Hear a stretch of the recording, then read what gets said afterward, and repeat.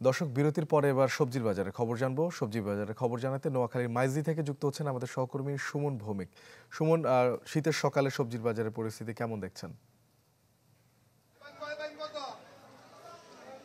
শোভন, আসলে শীতের যেহেতু অনেকটা পৌষ মাসে চলছে বাংলা, সেহেতু শীতকালীন যেসব সবজি রয়েছে সেগুলো কিন্তু বাজারে পর্যাপ্ত রয়েছে। আমরা সকালে বাজারে এসে পাইকারি যে অংশটুকু রয়েছে একই বাজারের মধ্যে পৌর বাজার নোয়াখালী জেলা শহরের এক পাশে পাইকারি বাজার অন্য পাশে খুচরা বিক্রেতারা রয়েছেন। তো আমরা এখানে এসে যেটি দেখলাম যে গত 10 থেকে 15 দিন আগের চেয়ে কিন্তু বর্তমানে বাজারে সবজির দামটা অনেকটাই কমেছে। আমরা যেখানে শিম প্রথম দিকে বিক্রি করা হতো 120 থেকে 150 টাকা, সেখানে 30 থেকে 60 টাকা বিক্রি করা হচ্ছে। বিভিন্ন রকমের শিম রয়েছে, সেখানে কোনোটা 30, কোনোটা 60 বিক্রি করা হচ্ছে।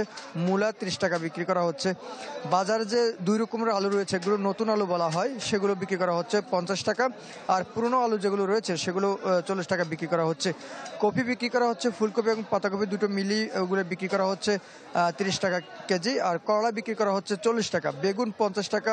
টমেটোর দাম এখন একটু বাড়তি রয়েছে, কোথাও 60 বিক্রি করছে, কেউ 70, কেউ 80 এরকম বিক্রি হচ্ছে। কাঁচামরিচ 80 টাকা বিক্রি করা হচ্ছে কেজি। এবং যেসব শাক রয়েছে সেগুলো আটি বিভিন্ন ধরনের রয়েছে, কোনো কোনো আটি 20 টাকা, 30 টাকা এরকম দাম রয়েছে। 40 থেকে 100 টাকা পর্যন্ত বিক্রি করা হচ্ছে লাউ আকার বেঁধে।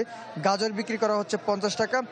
পেঁয়াজের যে ফুল রয়েছে বিক্রি করা হয় সেগুলো 30 থেকে 40 টাকা কেজি বিক্রি করা হচ্ছে। তবে বাজার যেটি দেখলাম যে বিভিন্ন অংশে বিভিন্ন রকমের দাম রয়েছে এবং পাইকারি থেকে খুচরা বাজারে প্রায় 10 থেকে 15 টাকা পর্যন্ত তফাৎ রয়েছে, এরকমটি আমরা অনেক জায়গায় দেখতে পেয়েছি। এবং বাজার যেসব বেশ বড় বাজার হিসেবে বিভিন্ন জায়গায় যেমন কিছু অংশে বিক্রি করা হচ্ছে যেটি 40 টাকা, সেটা অন্য কোথাও বিক্রি করা হচ্ছে 30 টাকা।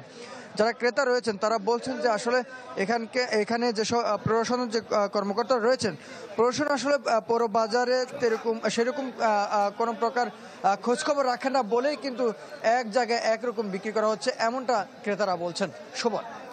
সুমন, আপনাকে ধন্যবাদ। দর্শক, সবজির বাজারে খবর জানাতে নোয়াখালী থেকে যুক্ত হয়েছিলেন আমাদের সহকর্মী সুমন ভৌমিক।